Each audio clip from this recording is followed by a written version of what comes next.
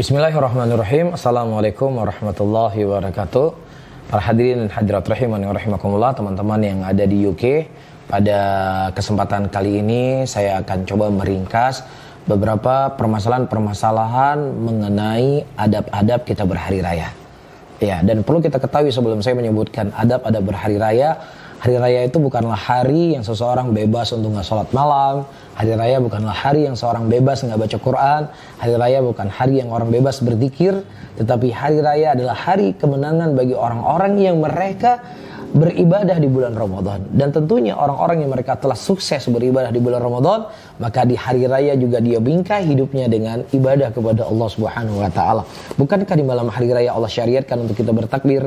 Bukanlah di hari raya Allah mensyariatkan kita untuk sholat Id? Bukanlah hari raya kita disunahkan untuk mendengar khutbah? Bukankah di hari raya kita disunahkan juga untuk menampakkan nikmat Allah Subhanahu wa taala? Intinya, hari raya adalah hari bukan seseorang bebas untuk tidak beribadah, tapi hari raya adalah orang masih dalam keadaan ibadah. Karena ketika seseorang di hari raya dia menjauhkan dirinya dari ibadah, maka apa yang telah dia kumpulkan selama 30 hari di bulan Ramadan, ya itu tidak akan berbekas pada dirinya pada hari raya kedua, hari raya ketiga, hari keempat, maka dia akan selalu jatuh pada kesalahan yang sama.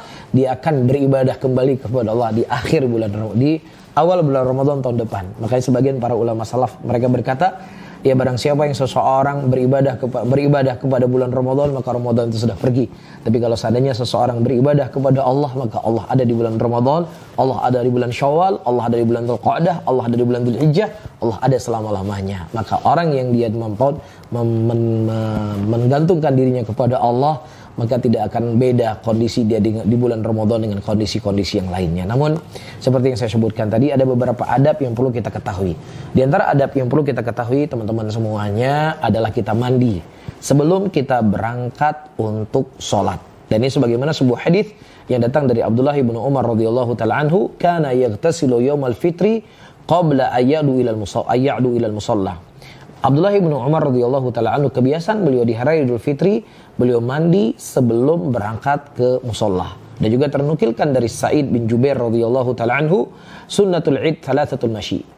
Al-iqtisal wal aql qabla al-khuruj. Yaitu sunnah Id itu ada 3. Yang pertama dia berjalan menuju ke tempat sholat, yang kedua dia makan sebelum dia keluar dari masjid, sebelum dia keluar ke musalla, yang ketiga dia mandi.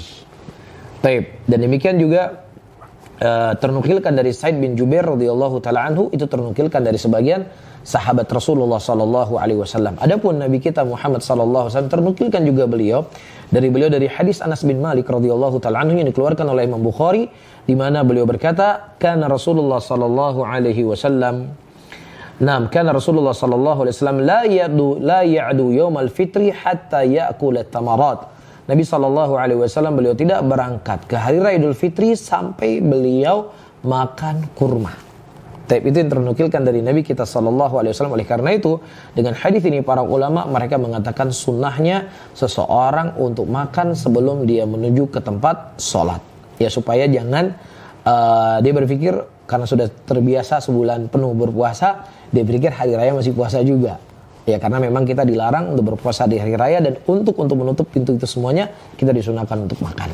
Dan juga teman-teman semuanya, para hadirin dan hadirat rahimani wa rahimakumullah, kita disunahkan untuk berzikir di hari raya. Ya, dan waktu zikir itu sebagian ulama mengatakan di awal pertama masuknya bulan Syawal di malam hari raya, dan itu berakhir sampai ya datangnya imam untuk berkhutbah di hari raya. Itu ketentuan di hari raya Idul Fitri. Adapun takbirnya, bisa seseorang bertakbir Allahu Akbar, Allahu Akbar, la ilaha illallah, Allahu Akbar walillahil hamd. Boleh juga dia berzikir Allahu Akbar, Allahu Akbar, Allahu Akbar kabira, Allahu Akbar wa ajal, Allahu Akbar walillahil hamd. Dan juga boleh dia berzikir dengan beberapa jumlah pun.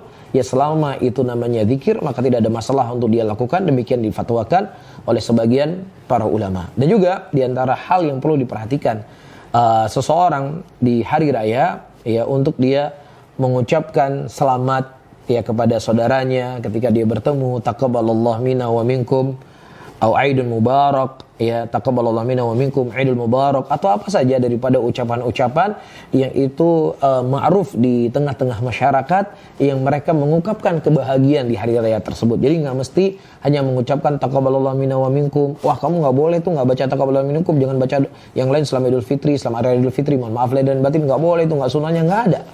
Ya tidak ada yang setahu saya tidak ada yang mengatakan itu nggak sunnah. Yang jelas sunnahnya seseorang itu mengucapkan kebaikan.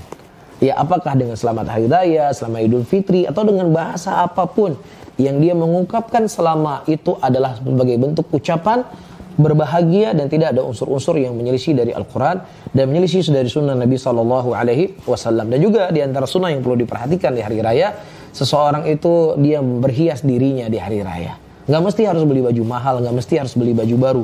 Jadi kalau seandainya dia punya kemampuan untuk beli baju baru, dia beli baju baru. Tapi intinya dia berhias di hari raya tersebut. Sebagaimana ternukilkan dari Nabi kita Muhammad SAW, pada hari raya Nabi kita SAW, beliau memakai ya pakaian yang indah. Nah, dan juga para hadirin dan hadirat rahimani wa rahimakumullah, kita disunahkan di hari raya untuk berpergian dari tempat yang berbeda. Jadi kalau seandainya kita pergi dari arah A, maka ketika kita pulang kita pergi dari arah B. Iya, dan juga disunahkan di hari raya untuk kita sholat id. Dan sebagian ulama mengatakan sholat id itu hukumnya adalah wajib. Ya, sebagian ulama mengatakan sholat id adalah hukumnya wajib. Bahkan Nabi SAW memerintahkan wanita-wanita yang haid untuk tetap keluar ke tempat musola agar mereka bisa menghadiri sholat id. Dan sholat id itu dilakukan 2 rakaat bersama imam. Ya, pada rakaat yang pertama dia bertakbir 7 kali takbir, pada rakaat yang kedua dia bertakbir dengan 5 kali takbir. Ya, dengan 5 kali takbir. Nah, kalau seandainya dia masbuk di takbir yang pertama, maka dia menyambung sholatnya sendiri di rakaat yang kedua dengan bertakbir 5 kali takbir. Nah, wallahu ta'ala a'lamu bishawab. Mungkin pembahasan yang ringkas ini bisa memberikan manfaat kepada saya sendiri dan juga kepada teman-teman semuanya agar kita bisa berhari raya dengan baik, berhari raya dengan tetap dalam takwa kepada Allah, berhari raya tetap dalam koridor ketaatan kepada Allah Subhanahu wa taala. Barakallahu fikum, jazakumullahu khairan, subhanallah bihamdika, asyhadu an la ilaha illa anta, astaghfiruka wa atubu ilaik. Wassalamualaikum warahmatullahi wabarakatuh.